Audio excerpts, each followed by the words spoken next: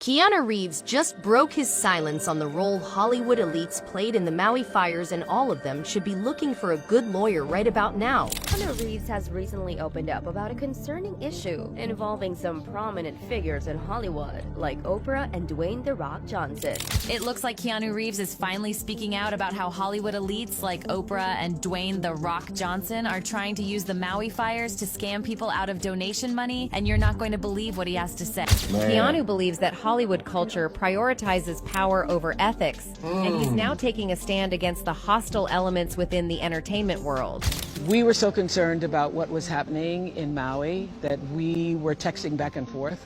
And I read this article that Dolly Parton had given money in her community. And Keanu Reeves is one celebrity who has always acknowledged the fact that people get angry and frustrated when elites and people of power take from them. I think we can all relate to the idea of something being taken away and the anger that we would feel. This has been the case for the Maui victims, with one calling out these said elites for their supposed roles in the fire.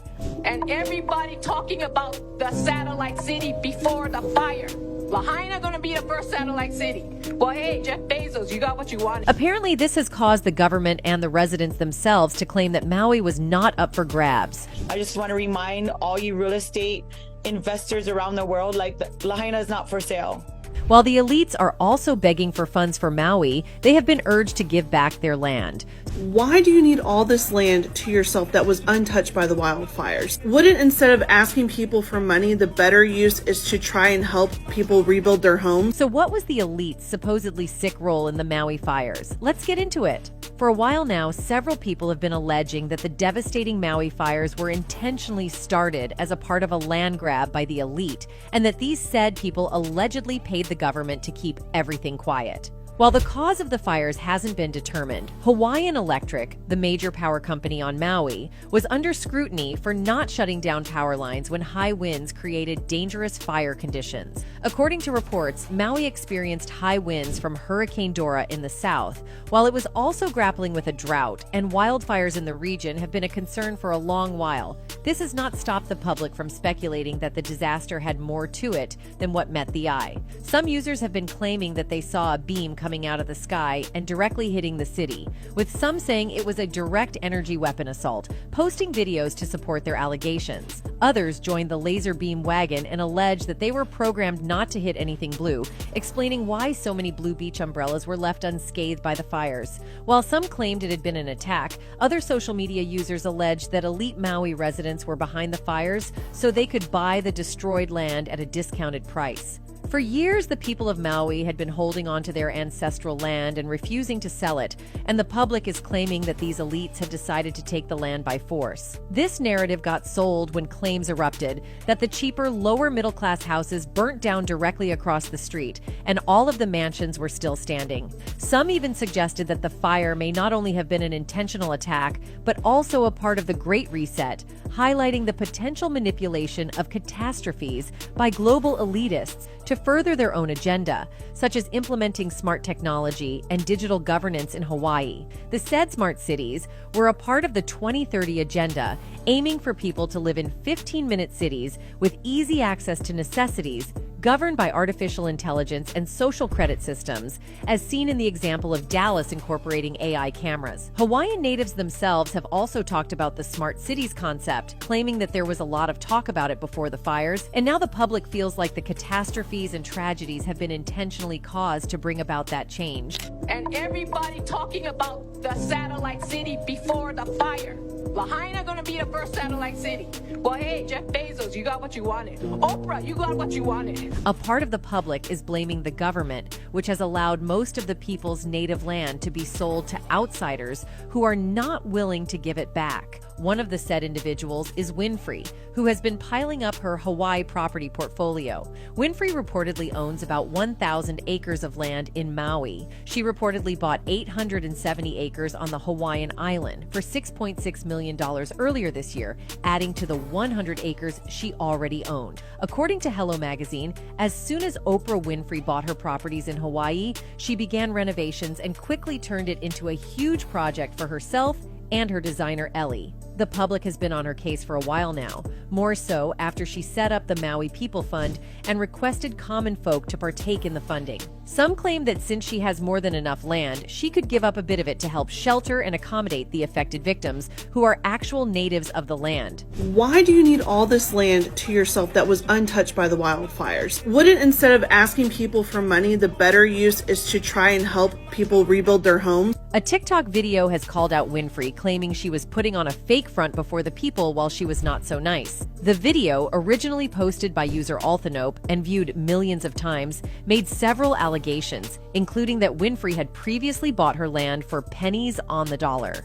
The TikToker alleged that Winfrey hired people to protect her home before the fire started, thus hinting at the possibility that she must have known about the fires. We were so concerned about what was happening in Maui. You're so concerned about what's happening in Maui that you somehow managed to hire a private firefighting team to protect your land before the fires started. She also claimed that while Winfrey was asking people to help her with funding for the people of Maui, she had allegedly hired private security to prevent people seeking shelter at her property. You're so concerned about what's happening in Maui that instead of taking some of that land and housing even a small portion of those displaced people, you've hired a private security team to keep them off your land. Due to how popular the allegations became, a spokesperson for Winfrey commented and said they were not true. Answering specifically the allegation that Winfrey bought the land at pennies on the dollar, the spokesperson said, "The land is not undervalued. It is an unbuildable area with no water rights. The land is dedicated to open space and to planting trees to help restore the watershed. It is common knowledge in Maui that the lands have been traditionally used for grazing and has a lack of water. The county would have the records that span decades. It's very steep land, high elevation without roads," they added. The original video has since been removed from the platform. However, reposts with several millions of views are still available, despite the fact that none of the claims in the TikTok were presented with evidence. While Maui residents are still trying to come to terms with what happened, more people are trying to take advantage of their situation, with local officials saying outsiders are attempting to purchase damaged home sites from locals who have lost everything. Officials expressed concern that residents are being approached about selling residential sites by people posing as real estate agents who may have ill intent. This made the U.S. Attorney for Hawaii, Claire Connors, to issue an advisory warning to the public to be wary of possible charity scams in the wake of the Maui wildfires. As the devastation of our communities on Maui and Hawaii Island continues to unfold, local and national organizations have created ways for volunteers to assist, as well as to provide donations of food, money, and other resources, Connors said in a statement. She continued that while such efforts provided critical aid, it's common that during periods of tremendous need, criminals do not hesitate to take advantage of the challenging times to commit fraud and other crimes. She also added that victims are frequently victimized by property theft of businesses and residences abandoned in the wake of such a disaster. Supporting that, Hawaii Governor Josh Green said he had reached out to the Attorney General to explore options to do a moratorium on any sales of properties that have been damaged or destroyed. Moreover, I would caution people that it's going to be a very long time before any growth or housing can be built, Green said. You would be pretty poorly informed if you try to steal land from our people and then build here. It's sad that everyone is allegedly trying to own a bit of Maui, regardless of the tragedy that befell the people there. Thousands of Maui residents have been displaced by the deadly wildfires, with roughly 86% of destroyed structures marked as residential, according to the Pacific Disaster Center. This disaster comes amid what is one of the worst housing crises in America, as the state has one of the highest housing costs in the nation, according to the University of Hawaii Economic Research Organization.